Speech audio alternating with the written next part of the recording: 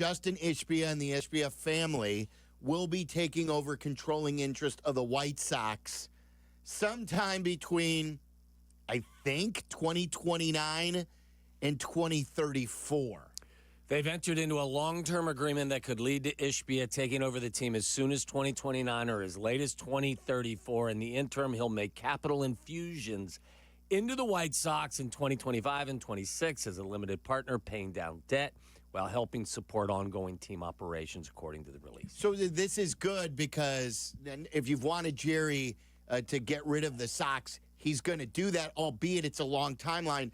But I think the other thing from that is that the Ishbia money will be coming in immediately and starting to help with improvements. Do I read that right? Yeah, I don't know what it's going to help them with. It says paying down debts and helping support ongoing team operations. That's always a good thing. It's cash infusion. Yeah. I like, call me stupid, but my question, and I think long term this is good. It says here, it goes on to say from 2029 to 2033, Reinsdorf will have the option to sell controlling interest to Ishbia, the agreement states. If a deal isn't completed by then, Ishbia then will have the option to take over after the 2034 season. Until that point, Reinsdorf will continue to own and run the team. The only question I have is why does Jerry want to continue to own and run the team from 2025 up until 2029? I don't understand. I guess he said in his statement today, I'll read you the statement in a little bit, but he said in the statement that as long as he's able, he wants to run the team. And he is able right now. He's 89 years old. Do we address the elephant in the room? That's up to you. He's 89. What happens if something else happens? Well, I don't know. I mean, he seems to be in good health. I mean, there's a very good chance he could still be with us in 2020 or 2033. But what happens if something happens before 2029? That I don't know. I mean, I'm sure, look, this isn't, they're just giving you the bullet points here. I'm sure there are details that are a part of this agreement. I mean, like, in the here and now, because I'm a here and now guy, I just kind of feel like, yes, long-term, this is great. What does this do for the White Sox between now and 2029? Does the cash infusion not only help with paying down debt, and when you say helping support ongoing team operations, does that mean finally you'll be able to spend money on players in free agency? To what extent? We don't know, but does Ishbia now solidify their plan for a new stadium? Right. If they don't get public money, does his infusion of the money, and he's a real estate guy, isn't it? That where he's made his money? That, and I think mortgage. I think they've got their hands in a lot of stuff, and it's all turned out quite well. Like, you would think he'd want the ball rolling on a new stadium if that is going to be. And I thought this was interesting. I didn't see what Jesse had tweeted in response to someone commenting on his initial tweet. So as you basically summed it all up. Jesse tweeted earlier, breaking. This happened just when Carmen and Yurko were getting on the air at around noon. The White Sox announced they have entered into a long-term investment agreement with billionaire Justin Ishbia. The agreement provides that from 2029 to 2033, Reinsdorf will have the option to sell controlling interest to Ishbia. After the 2034 season, Ishbia will have the option to acquire the controlling interest. In the event of any future transaction, all limited partners of the Sox would have the opportunity to sell to Ishbia at that time. I thought this was interesting. A guy by the name of Gladius tweets in response to Jesse's original tweet. Can I not read that? What? No, I just think the name Gladius is quite impressive. It is a good name. It sounds like an old ancient gladiator from Sparta or something I thought I read like something that was code for a dirty term. No, I don't Gladius. know. So Gladius tweeted, guess they will be moving to Nashville.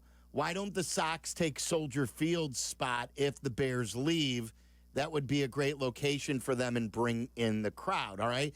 I'm not reading this just because I'm interested in Gladius's opinion, but Jesse chimed in responding to Gladius saying, I agree and start working on public transportation improvements now.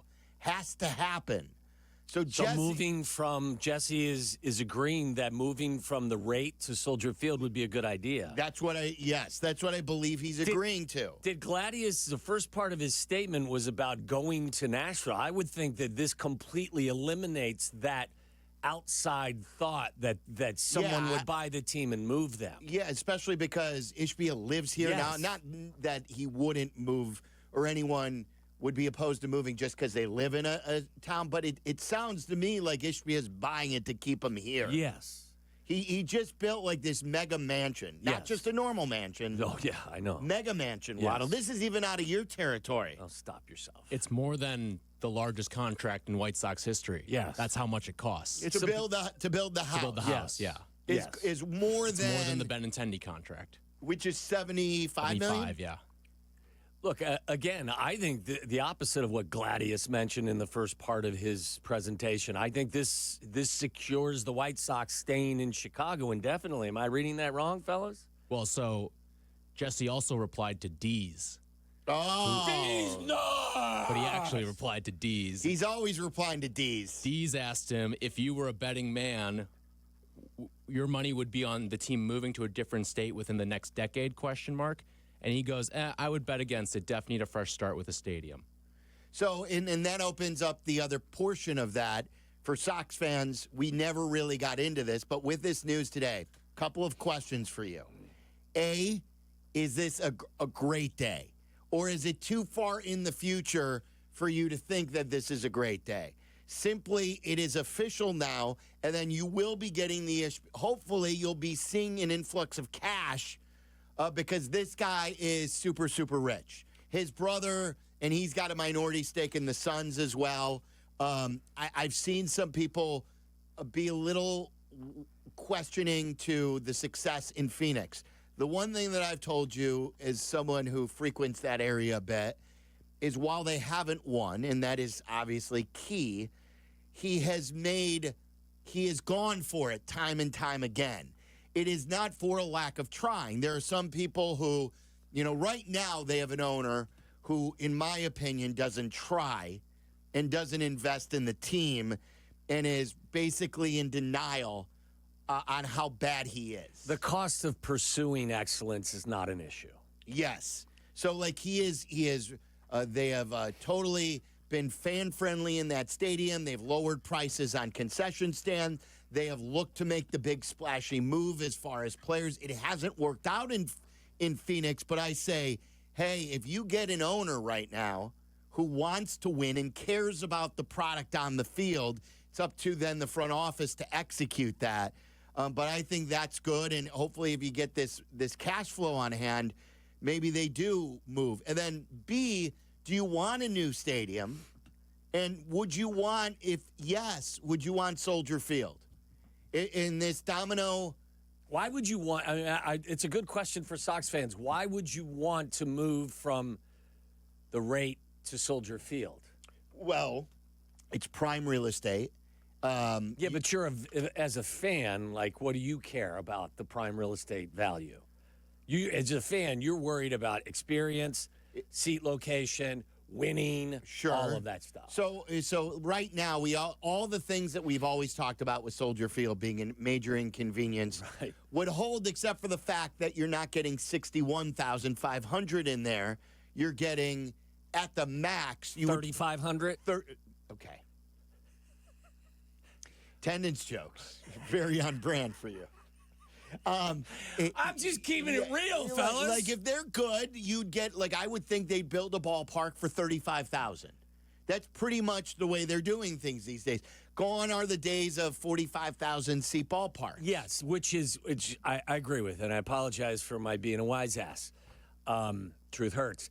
But now you got 81 games, and the accessibility, while it would only be 35,000 people, not 65,000 people, for me would still be something that needs to be addressed. Of course.